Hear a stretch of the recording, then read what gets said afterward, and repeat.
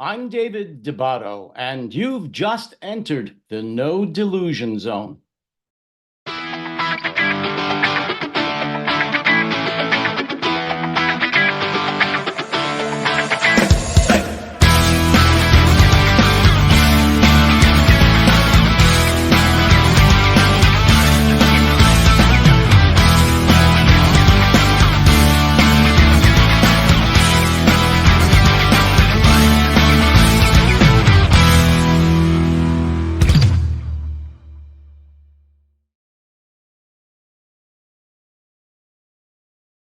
Welcome to this edition of the No Delusion Zone and my very special guest, Stephen Marche.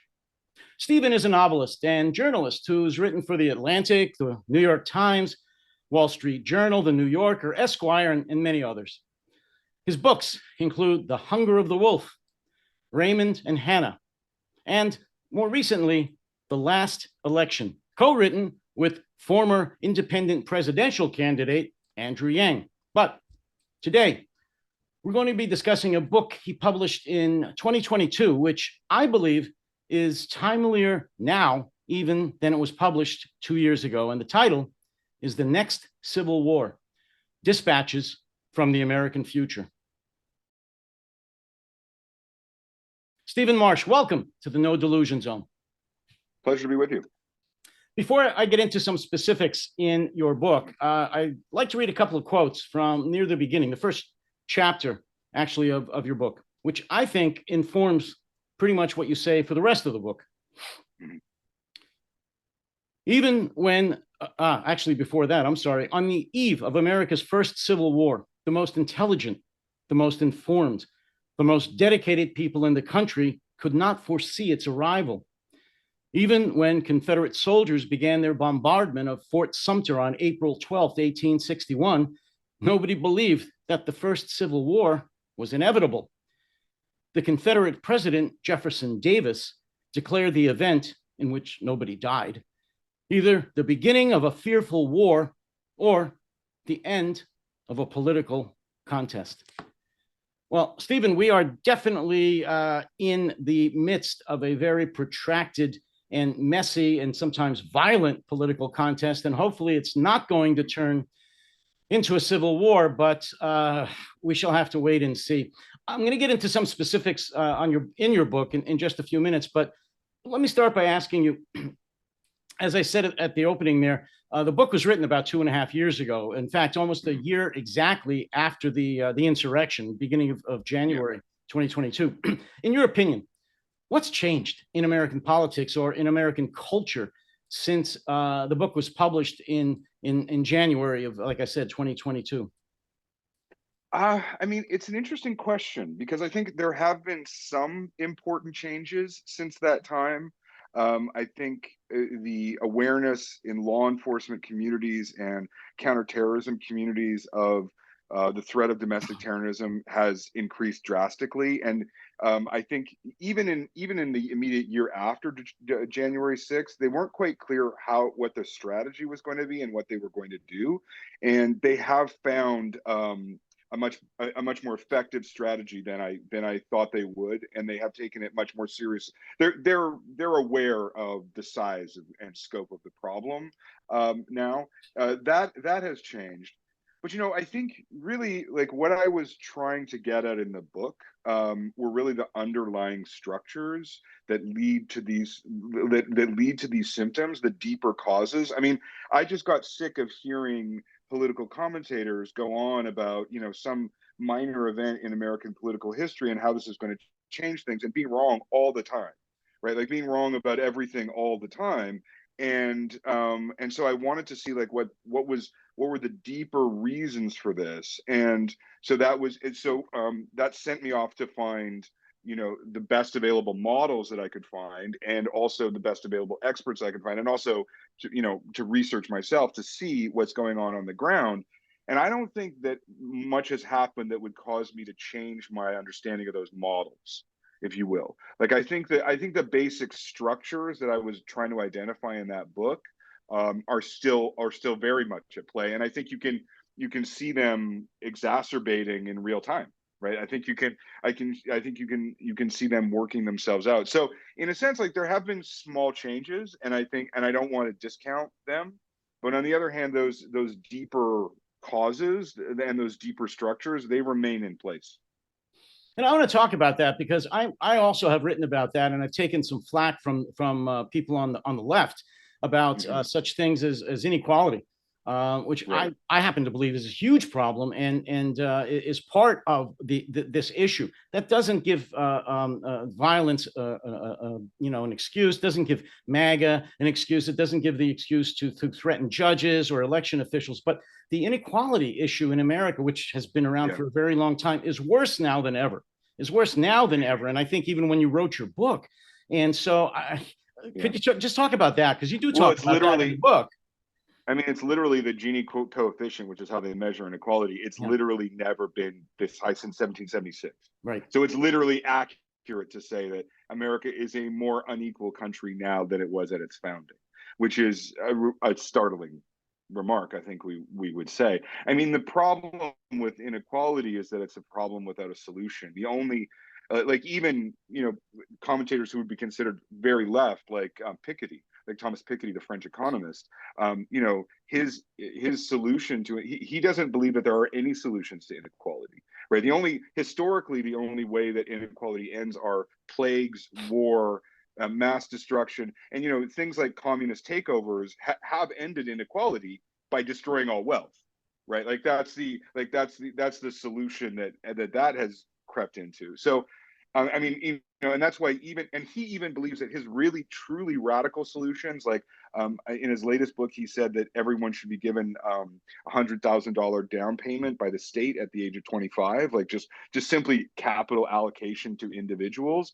He doesn't think that would lead to decreases in inequality. It would only mollify it a little bit.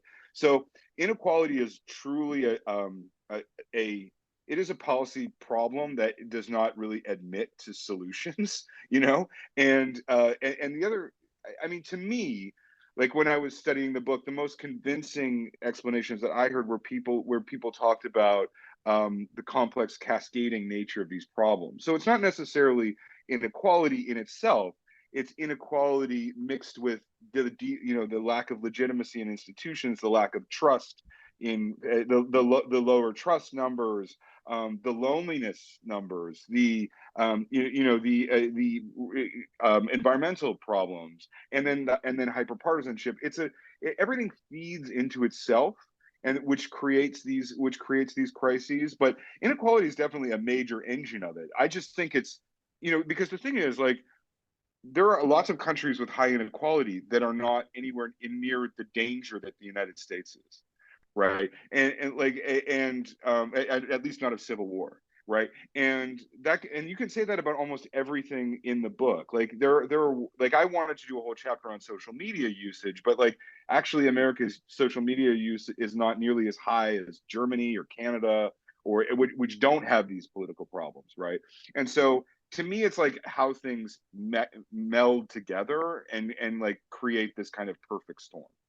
Well, I'm probably going to get a little bit off the top, not the topic, but some of my questions here. But I see this as a problem of both the left and the right. And I want to ask you about that. On the right, Yeah. I see that, of course, the outsourcing of corporations in America that have taken American manufacturing for many years. This is not a recent event, and brought them over to China and to Bangladesh and to Mexico and so forth to get very, very cheap labor. That's big business. That has resulted in the loss of tens, if not hundreds or millions of jobs in America. And then on the left side of the equation, if you will, is the fact, and this gets argued a lot, that people who have been left behind, that are angry about the loss of their manufacturing jobs, farming jobs, and other manual labor jobs, refuse by some to get retrained into the information economy. What do you say on both sides of that? The outsourcing by big business, and many people who just don't want to be retrained into jobs that actually exist. Well, I mean, I argued in the book that like part of the breakdown of this culture really is this intellectual breakdown, right? Where, I mean, what they call it is the sociological term is complementary radicalization, where intellectual movements essentially become vectors of polarization rather than anything else. And it's very natural for that to happen when people have despair in their political system, when they don't feel that their political system can deliver what they want. So, I mean, to me, the right and the left they're not really talking about policy anymore. Like actual policy, ways to help your country, ways to help people, like that is at most an afterthought in American political life. And I mean, I think when I wrote the book, the right was probably worse about that. But I think now the left and the right are equally divorced from some kind of reality, because I'm not even sure the Democrats could be considered left in the current framework of intellectual discourse. I mean, I just don't see, like, I think abortion's a really good example. Like, whatever you feel about abortion, like before the end of Roe v. Wade, you know, abortions were declining 9% annually per year in the United States. Like whatever they were doing was working quite well, right? Like from a policy objective, if your policy objective was fewer abortions, they should have just kept doing exactly what they were doing. But the debate, which became enmeshed in choice and life and these huge terms that generated this huge amount of emotion and generated this huge amount of spiritual sense of it didn't really have to do with policy, it had to do with morality, and it had to do with like this whole sense of, and I mean, I guess I'm a Canadian, but I don't really think the state is a moral thing, right? Like I think the state is there to enact policies that work to help people, right? Like I think that's the point of a democracy, right? And that's why it's been so successful. And as that's been lost, you get this screaming, you get this incredibly loud screaming at each other. But the business of government, which, you know, as we know from history, is really neither left nor right. It's like sometimes right-wing ideas are correct, sometimes left-wing ideas are correct. You test them, you work out which ones are more effective. That's all just been lost. So to me, you know, I don't really think that the political debates in the United States are really even about reality anymore. They're fundamentally about some kind of aesthetic posturing and some kind of tribal positioning among both sides that are radicalizing each other. And what gets lost or just ignored really is policy. I mean, the current election is a really interesting example because, you know, you have Biden's economic policies bearing a lot of fruit, totally irrelevant to the political discussion, right? I mean, just totally, like in any other year in my lifetime, this would have been a cakewalk for the incumbent. You know, I mean, the you know, the economy talks every other time, right? But the fury of these debates has essentially eclipsed any attempt to deal with what might be correct policy. Yeah, I mean, as you know, Wall Street has just smashed records again. And when Trump was here, if Trump was in power, he would have just, I don't know what he would have said, but he would take credit for it. The economy is humming along. Unemployment is down to the point where I don't think it's been this way since the 1970s. But that, again, another discussion. You're right. If this was anybody else at any other time, just what's happening in the economy would have been, as you said, a cakewalk. Stephen, in past, I think the models, like, it's actually an interesting case because, like, you know, there were two models I debated using in the book for like I use the negative partisanship model, which is exactly this kind of people don't vote for things, they vote against things, and I voted for that because I chose that model because it has a better track record. But the economic model was considered the standard for since the end of the Second World War, right? And this current election is actually going to be a fascinating. It's going to reveal which of these models is stronger, right? Because the economic model would just be a landslide, right? And the other one, but you know, the partisanship model is probably stronger. Hatred and rage rules right now. Yeah, period. That's right. In past interviews that I've been watching, you stated that you feel that the various small fringe right-wing extremist groups that threaten our democracy today more or less coalesced into a much larger, more organized, more radical, and definitely more forceful movement in 2008. I think that's what you said the inflection point was. Well, And if you want to talk about that, because you do break Yeah. it down. Of course, that was the Great Recession, banking crisis, housing crisis, the election of Obama, and all of that. The Tea Party came out of that. Do you want to change that, or do you want to still stick to that? That what we're looking at today really started. The origin was back in 2008. Yeah, I mean that was just the date that everyone kept giving me. Like every expert I asked, be like, "Where did this start? Like, when did this start?" And the number was always 2008. I mean, and what changes? It wasn't necessarily the organization of far right groups into a more coalesced and organized group, because I don't think that's what the current iteration of the far right looks like in the United States. I think it's actually chaotic in many ways, and like doesn't actually have a coherent ideology, and I think it's really important that gets lost a lot in these discussions. Like, you know, it's very easy to call Donald Trump a fascist, but I mean, not to be glib about it, but like no fascist was ever that chaotic. Like, you know, like they had a plan. Well, The he's not smart fascists enough had a to be a plan. fascist, in my opinion. I'm Not sorry. even close. And not only that, he doesn't love Americans enough He doesn't know to, what fascism is, for another thing. yeah, yeah, but he doesn't love the American people, No. right? Like he doesn't have this, you know, he doesn't have any of this like blood, like all of that stuff. Like you know, he is loved by Ku Klux Klan members and identitarian party, and has Orthodox Jewish grandchildren. Like this is not fascism. This is something totally chaotic and different, right? Like it's just a different kind of madness. But what happened in 2008 is what is, you know, things like the Texas separatist movement really used to be guys with guns holed up in the desert somewhere outside of San Antonio that would occasionally get into gunfights with the FBI. And they were truly marginal groups. Like they didn't have any access to, so certainly didn't have any access to political power. They didn't have, there was no one on their side in Congress. There was nothing of that nature. And after 2008, that's when you see the Tea Party. It's when you see sovereign citizens grow to this really sizable group. It's where you see things like 13% of Americans call themselves European identitarian. Like, you know, that's when you start to see both the mainstreaming of it, but also just the more normal people. Like, I mean, when I'm meeting these far right groups, like these are not people with "Born to Lose" tattooed on their foreheads. These are people who have law degrees from Duke. And when you ask them, like, how are you going to organize your white ethno state, they don't, you know, belch and spit on the floor. They say, we're going to model it on Japan's constitution. Right, like they are on a completely different level of sophistication as from the pre 2008 group. But that's not to say that, so yeah, I think 2008 really was a true inflection point in I, American history. I agree with you. I mean, and it was evidenced on January 6th that yes, they Yeah. took over the Capitol, but and it's been said in many interviews that I think you took part in. Once they got in there, they were violent. At least five people died, but they didn't really have a plan.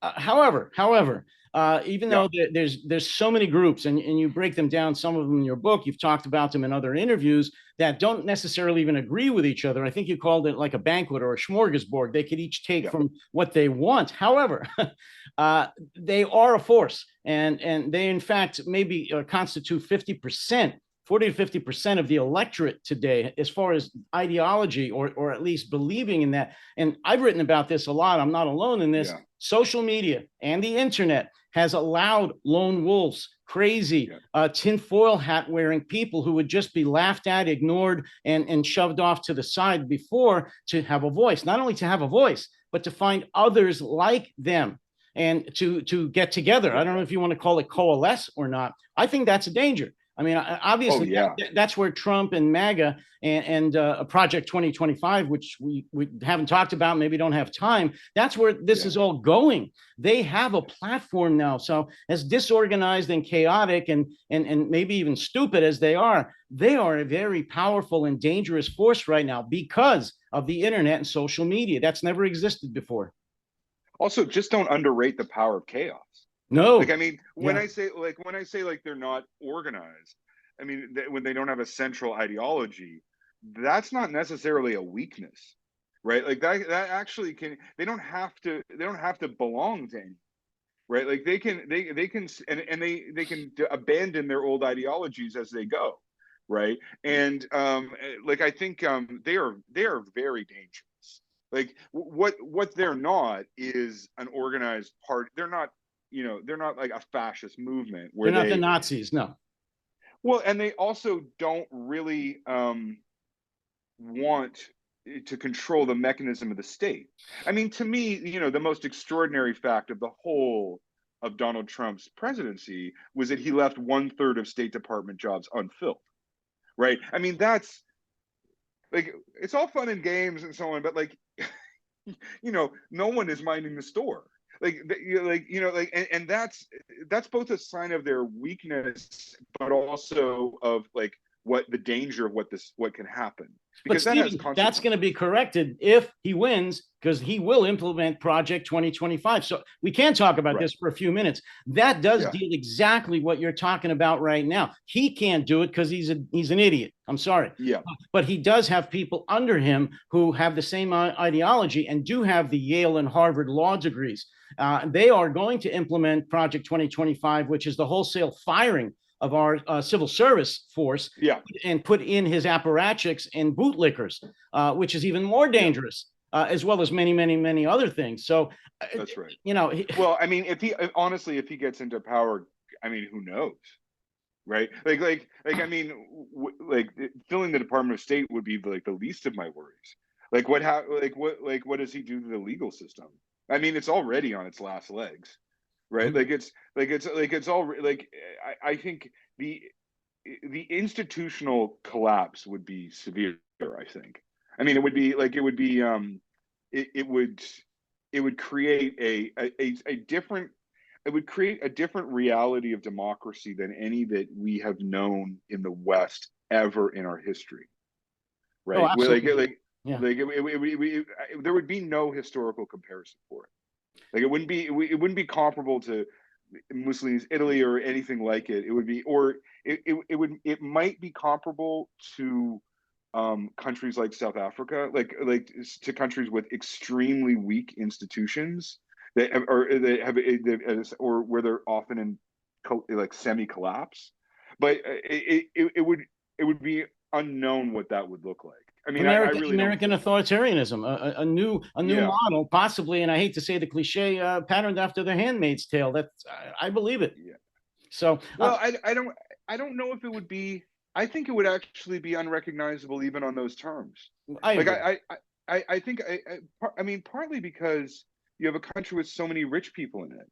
Like authoritarianism does not really work. Like caudillismo, which like the South American versions of it, which is I mean, which is the clearest analog to Trump to me, where you just have like an egomaniac take over the state. They're just alone in their countries, or a group of them take over together. I think that America is so big, and the economy is so huge. It would, I mean, what would that mean in that context? It's very hard to know. Well, and I don't want to dwell on this because I have so many other questions for you, but Yeah.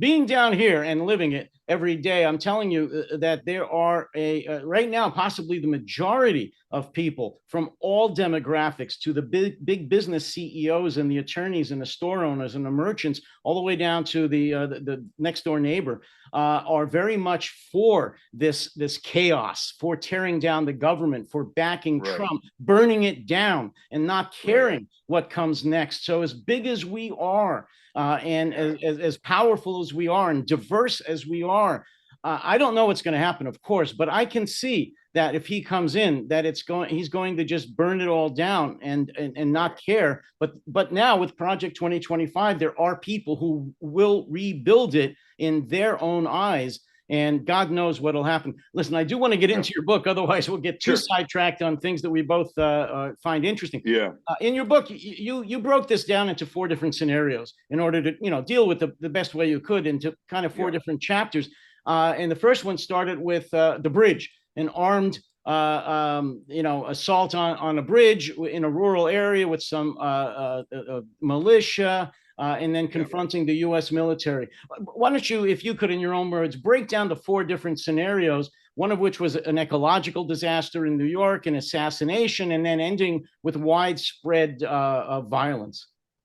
Yeah, I mean, the first one was about what would happen if a constitutional sheriff decided to defy federal authority, and the federal authority responded militarily. And that was drawn very specifically from conversations with the colonel who was responsible for drawing up those battle plans. I wanted a battle. Like I wanted like soldiers fighting each other, and it'd be dramatic for the book. I couldn't find a single person who would believe that there would be a battle. Like like we're talking about the Marines here versus people with AR-15s. Like the Marines are like it's not close. It's not. One of them said to me, it's like an NBA team taking on the YMCA Sunday night players. Like it would just be a walkover. But the questions that really do concern them are legal, right? And the incredible legal difficulties that the American Constitution would provide for whoever was responsible for suppressing that revolt, right? And it would be, and that was sort of the first scenario. The second scenario was about an assassination. It's about the stuff we were talking about before: lone wolf terrorism, self-radicalization on the internet, also the climate of hyper partisanship in the United States that essentially creates this furious hatred that violent people then kind of coalesce from, really, and create these violent acts. But the larger point there was that if there was a political assassination in the United States today, half the country would cheer whoever was the assassin, right? And that creates its own like it was about declining solidarity, and it was a way to approach those models. The environmental models were based very clearly on the predicted models of what would happen at a Hurricane 3 level hit New York. Those models are that. I mean, when people ask me what's the prediction you actually think is the most accurate, I mean, those models are unbelievably strong.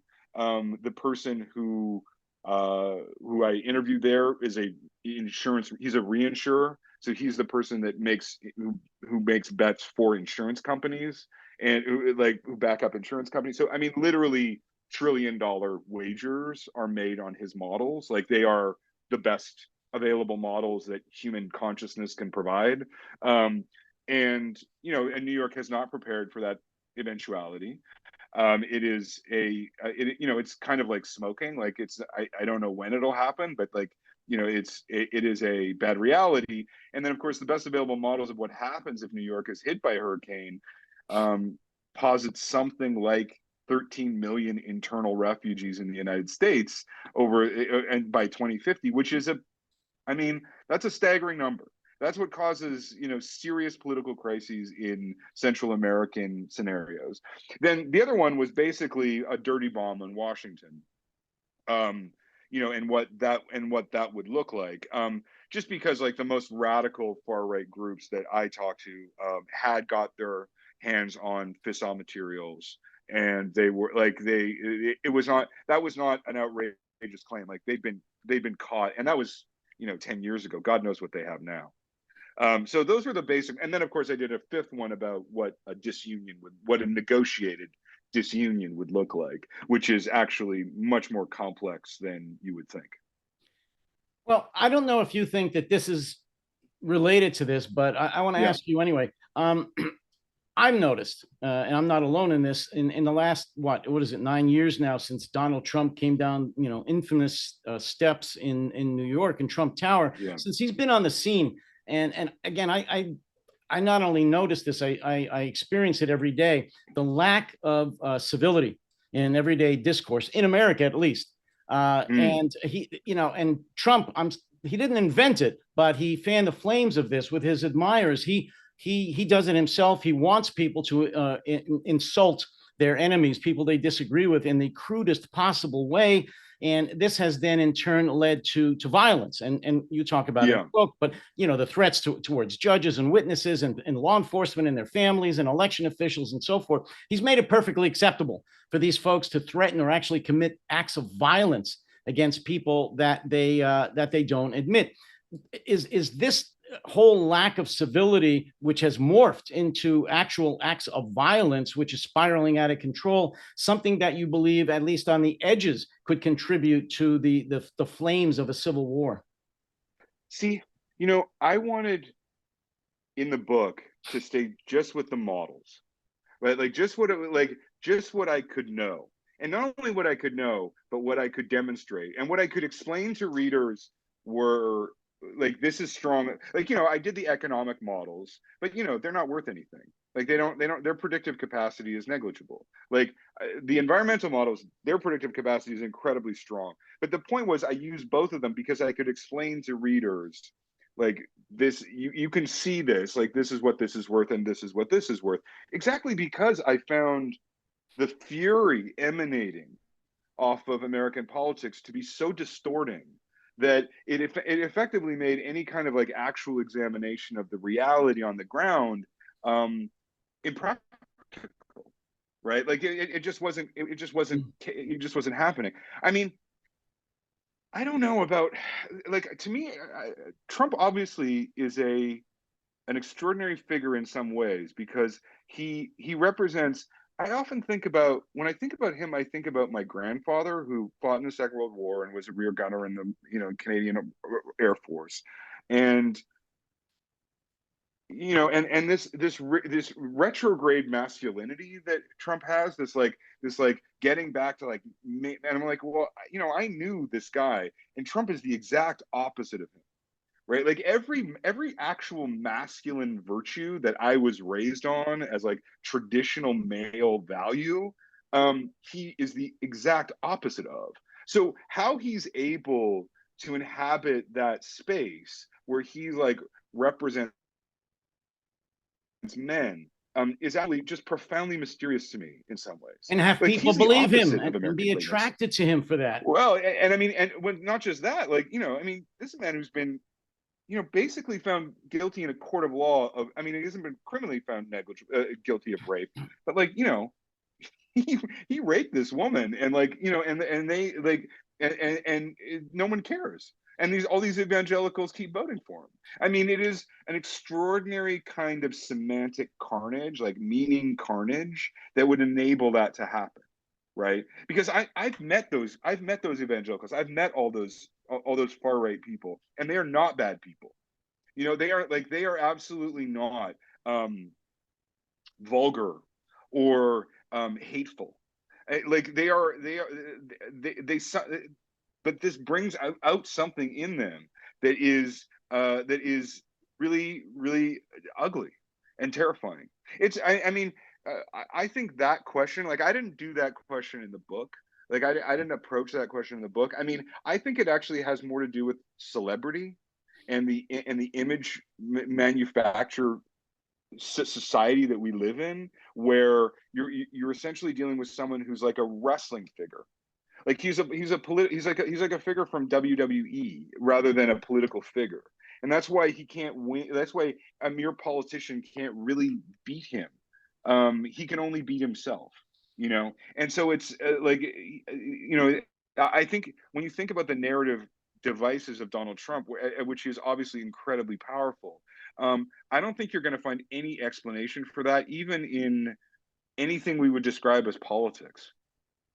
No, I agree with Like you. Yeah. it's much more something like the fact that people don't go to church anymore, and the fact that they go and the fact that the screens have consumed us, right? That we are now people of screens in a way that we weren't even 10 years ago, and we're reacting, and like the Kardashians, and Kanye West, and like that's where the answer to that question lies to me, not in the models that I was presenting. No, there's no models to explain. And the only reason I brought it up is because we are in the throes of this here. And I'm living in a country where a great deal, percentage of the people who support Trump do blow off and just ignore the fact that he's been accused and well, like you said, not convicted, but found guilty in a civil court of attempted rape.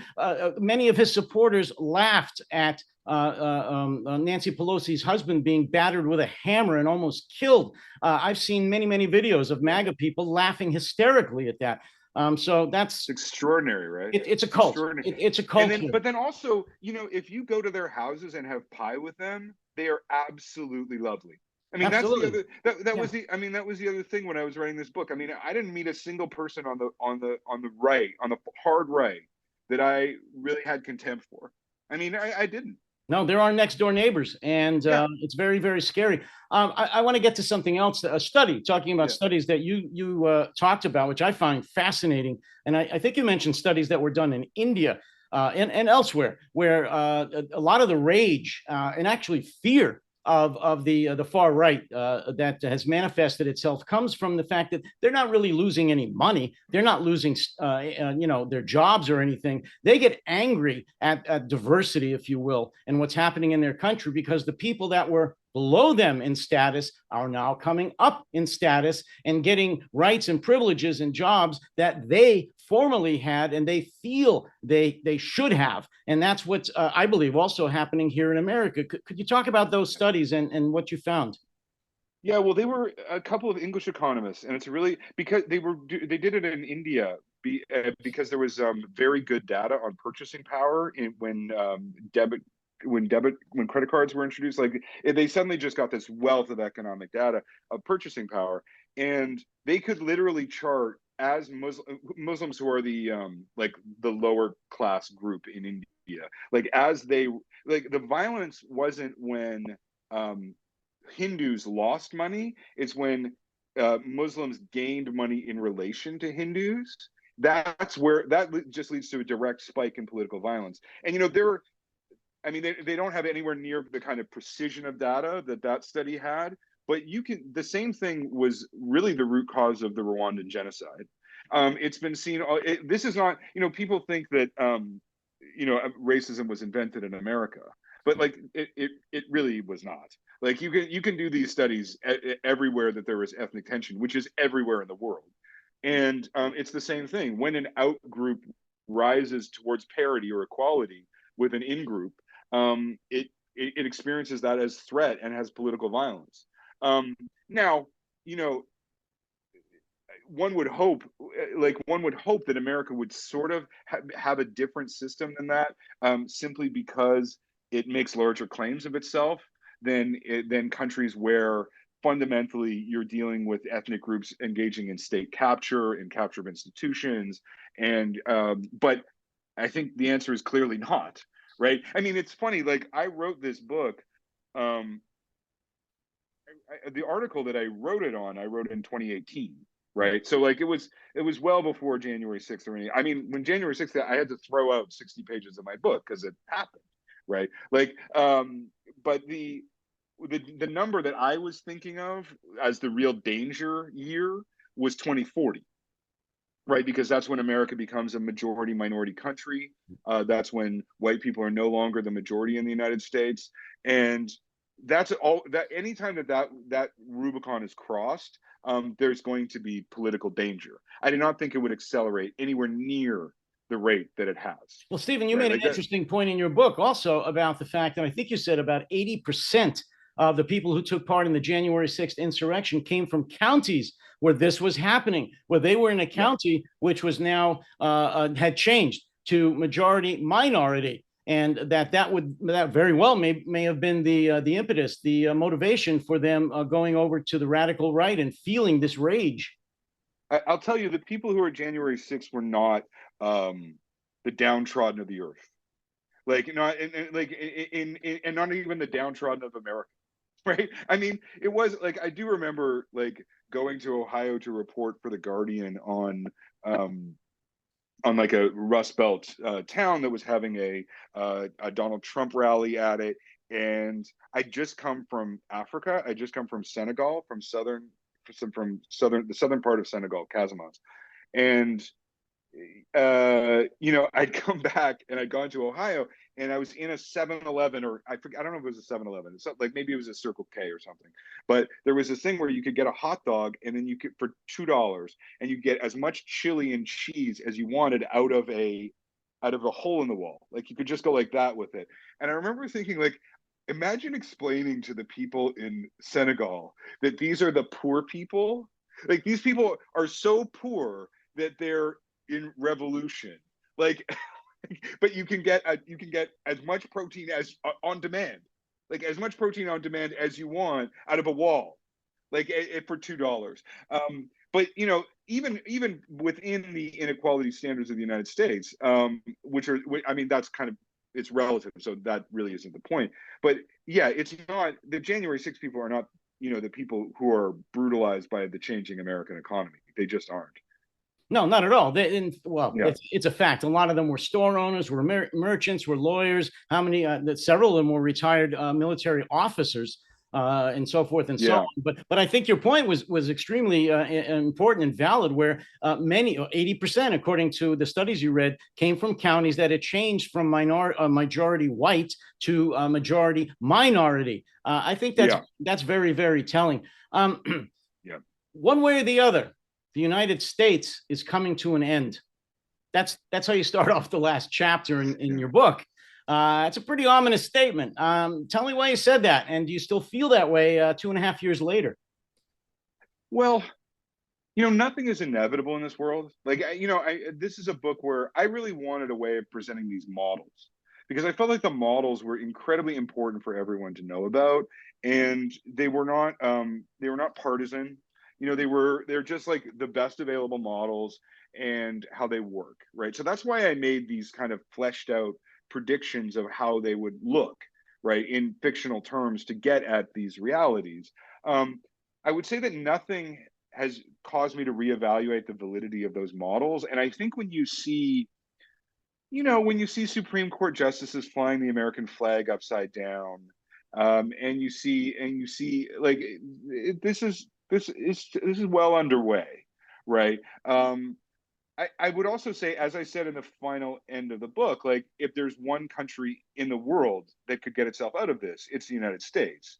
And the reason for that is Americans, right? Like I don't think, like United States is in a great deal of trouble, but Americans remain Americans, and they have a capacity to change, both personally and in their politics, that really no other country has. Not even Canada, right? Like not even any other new world country, right? Like so, I would just say like I'm not necessarily, I don't regard it as an inevitable destruction. However, changes, like it's not going to work itself out.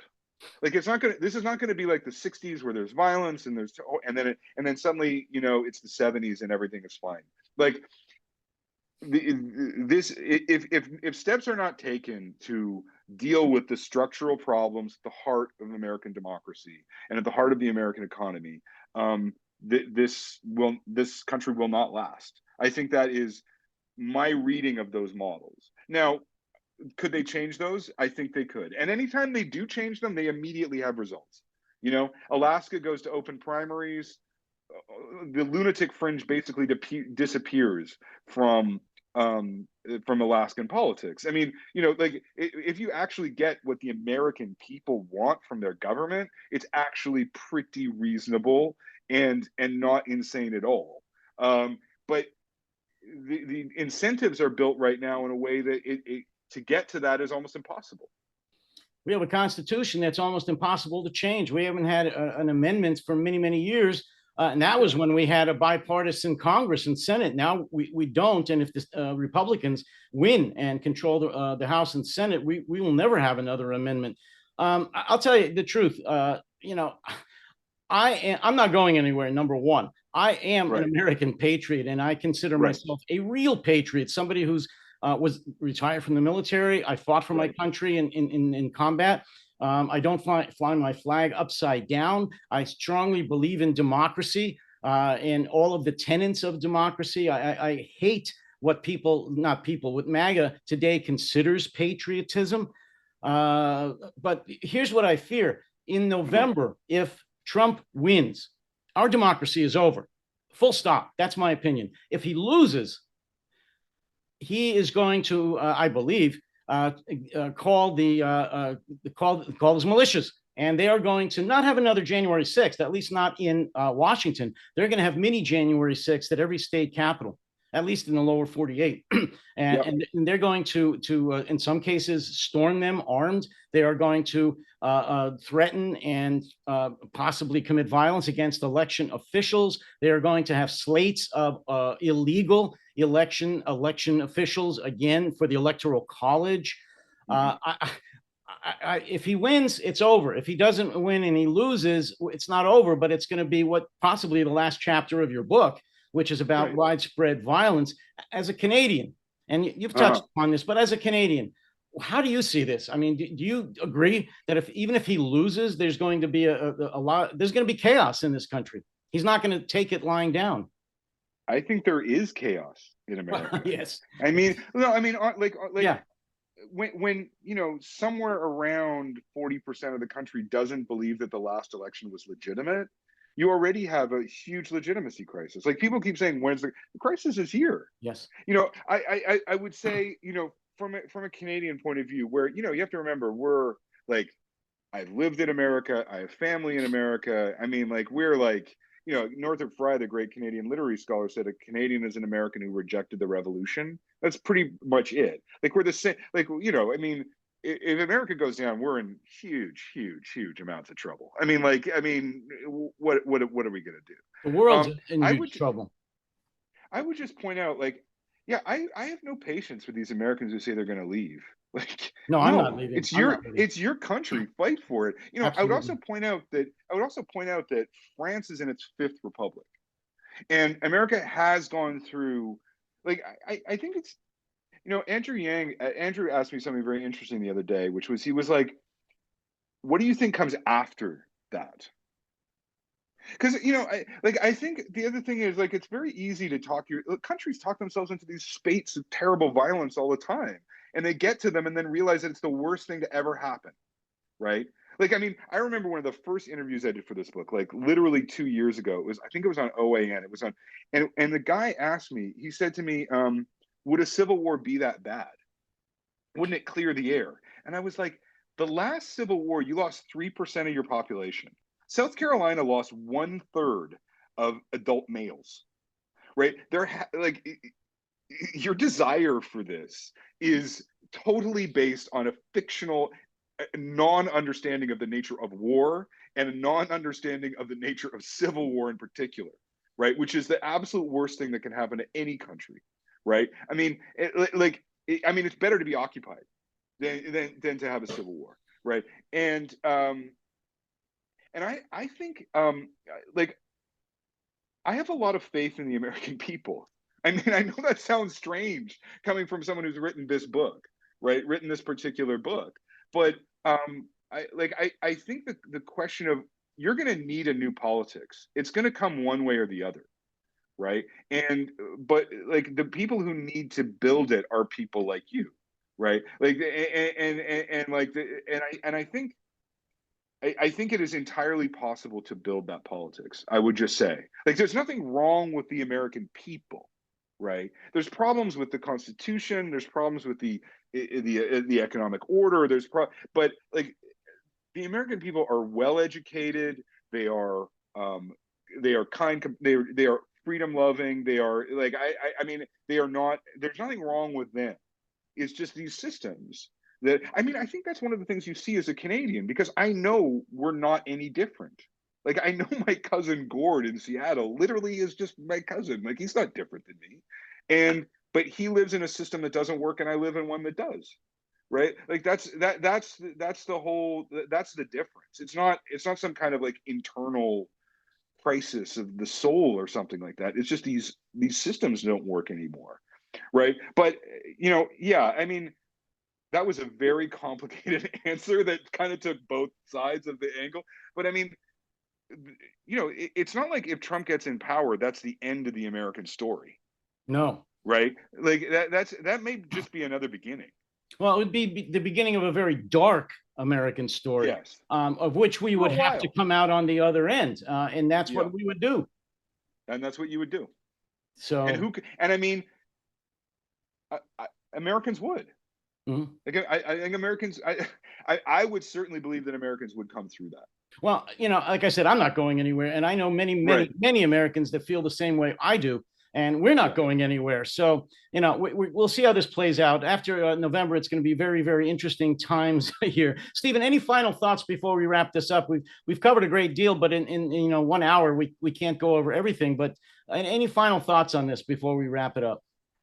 No, I mean, as I said before, like, I think the key thing I hope people take away from this book is these systems, right? Which are kind of boring to talk about, but they're just so key to understanding what's going on. They're the real source of the problem. And I think people get, during election cycles, particularly, people get caught up in these personalities. They get caught up in these, like, who's going to win the vote, the South Carolina primary or whatever. I mean, I just don't think it matters at this point. Like, I think this horse race politics, like, there is a deeper structure that requires a deeper politics than, what you're being fed. Right. And I so hope you find it. Like, I so hope you find it for so many reasons. What we have is something that's going to take a long time to fix. It's not a quick fix, but as you said, there's a lot of good Americans here, and we will fix it. It's just not something that's going to happen right away. I fear it will take a generation at least. But then again, we may actually have a better America coming up on the other side. Stephen Marche, author of The Next Civil War, Dispatches from the American Future. Thank you so much for joining me today on the No Delusion Zone. Really enjoyed it. Thanks. Me too. Take care and stay safe. Yeah, you too. Okay. We'll talk later. Thank you for watching this edition of the No Delusion Zone. And remember, anyone can have their own delusions, but they can't have their own facts. Take care, stay safe, and stay sane.